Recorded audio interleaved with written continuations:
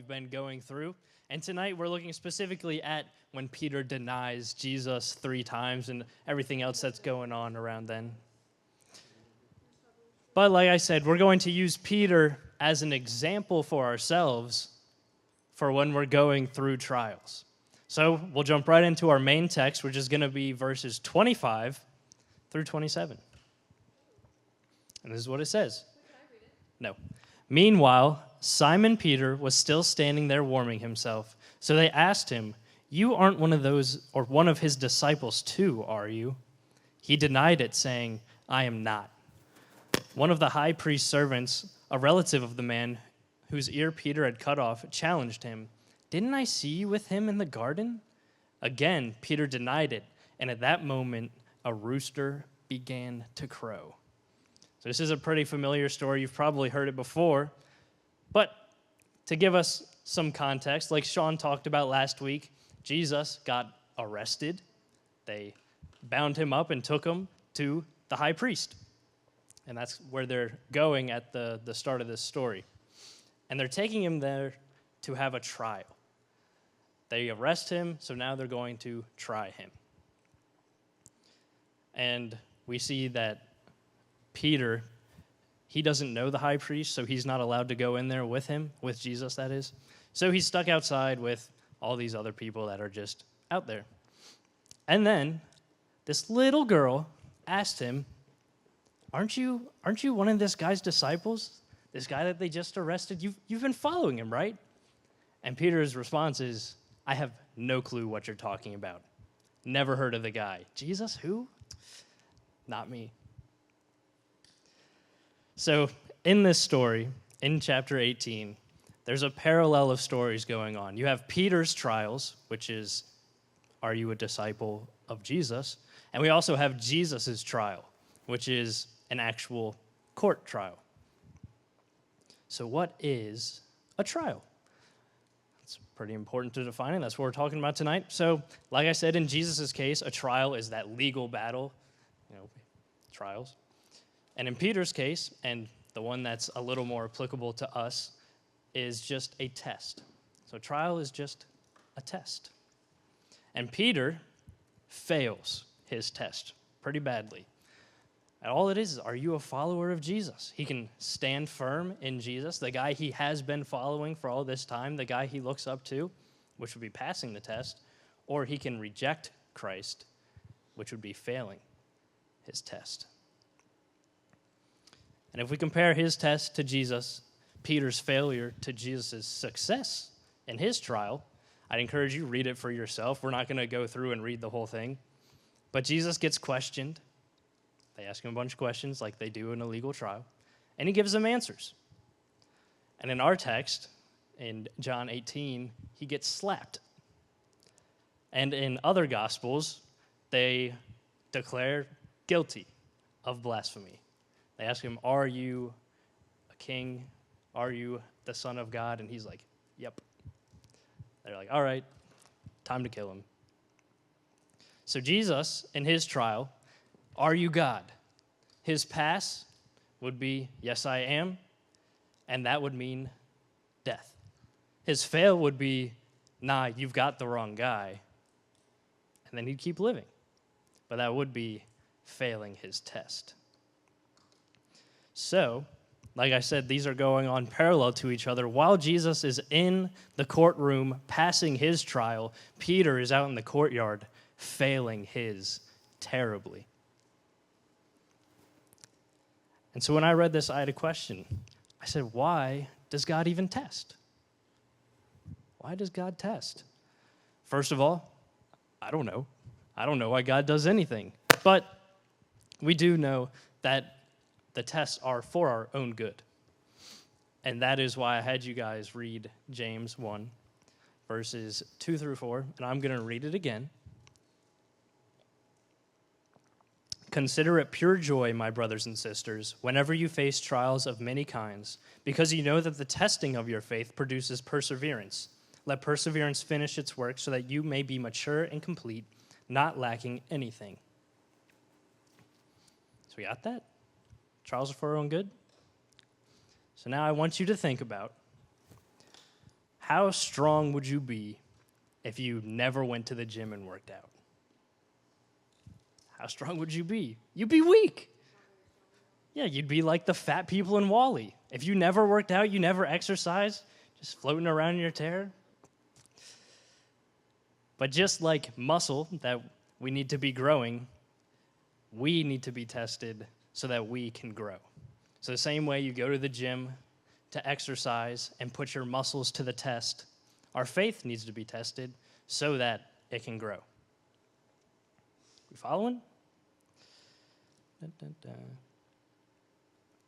So now I'll ask another question. Does failing to go to the gym, even if you really want to, make you stronger? Does failing to go to the gym, even though you really want to go, you really want to exercise, does failing to go make you stronger? No. Doesn't matter how bad you want it. We all get tested all of the time, and yes, you should learn from your failures, but the growth really comes from the success in passing the test. It's like I said, you're going to fail. Tests come all the time. And, don't beat yourself up over it, and we'll get why in a little bit.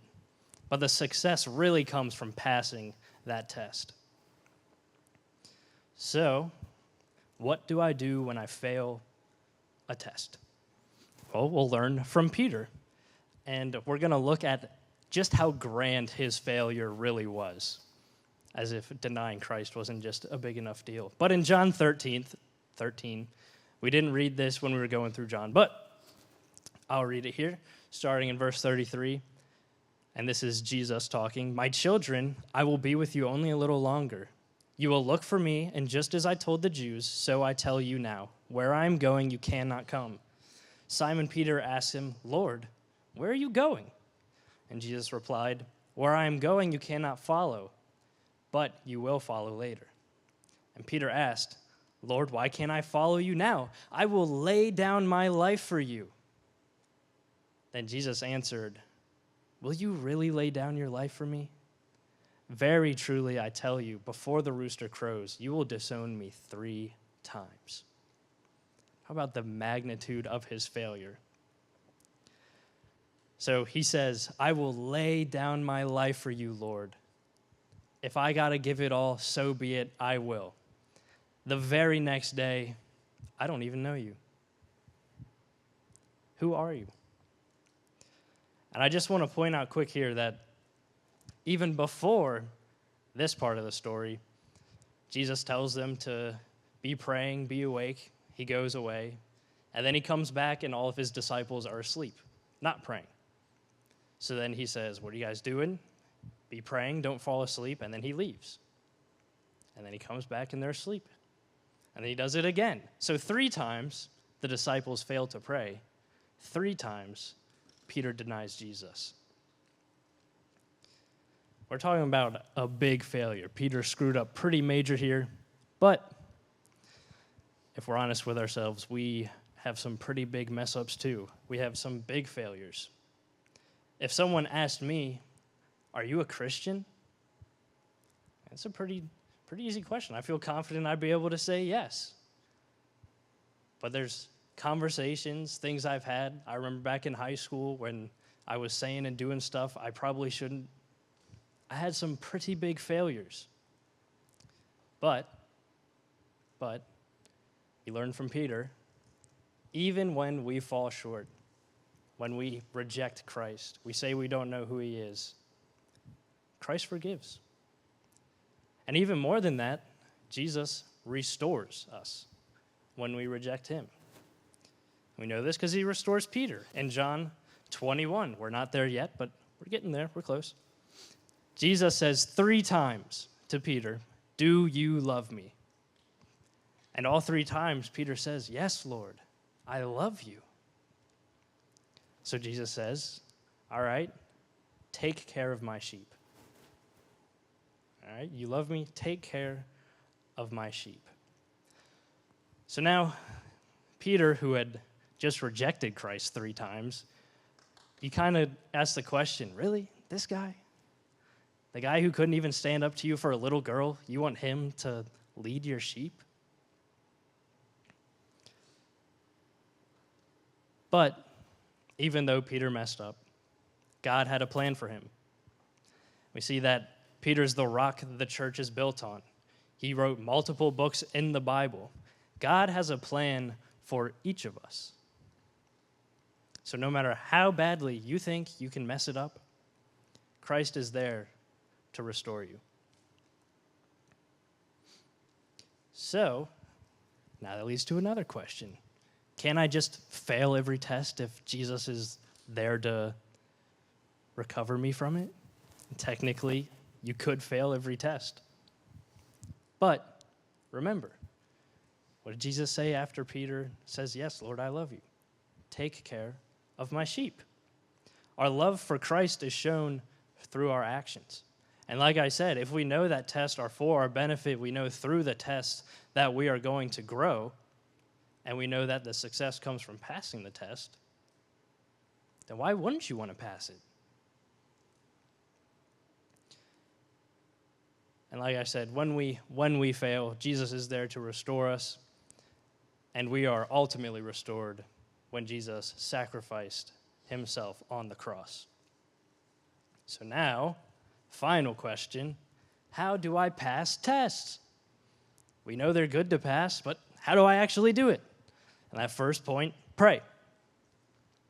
Pray, pray, pray. James 1:5, so this is immediately after the text we already read in James. If any of you lacks wisdom, you should ask God, who gives generously to all without finding fault, and it will be given to you. But when you ask, you must believe and not doubt, because the one who doubts is like a wave of the sea, blown and tossed by the wind. So, if you want to pass a test, you need wisdom for it, pray for it. Ask God to give you wisdom. Ask him to help you through a test, and he'll let you do it.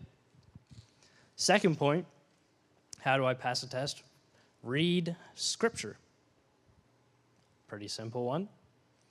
If you don't know what to do in a certain situation, I can pretty much guarantee that there is a story in the Bible that you can apply to your life, to your test, whatever you're going through. And if you don't understand it, that's what you have teachers. There's lots of resources for you to get into to help you out. And then the third way to pass tests, and this is the big one, the one that really matters, is being in relationship with God. That's how you pass tests. So I want you guys to think about a time before you were fully devoted to Christ. Some of you grew up in the church and you might not really remember that, but think of a time when you weren't really in a good relationship with Christ. And I want you to think, what stopped you from failing tests? What stopped you? There wasn't anything to stop you. You didn't have the Holy Spirit inside of you to let you know, hey, you should probably pass this. It's for your good. You might have some things like, oh, I went through blah, blah, blah, and if I did this, it would have been terrible, so I decided not to do that. But really, you pass a test because you're with God. He's the one that leads you, who will guide you to the things that you need to do, the decisions you need to make, all that good stuff. And this, we can't really get rid of our old sinful selves in this lifetime, but we can be praying, can be in relationship with God, asking him, I want you to make my sinful self lesser, and I want you to make my restored self greater. That's how you get past tests. So, quick recap. There's going to be trials. They're going to happen. There's going to be tests. We need them to grow, and we pass them by being in relationship with God. And even when we fail and mess them up, Jesus is right there to restore us.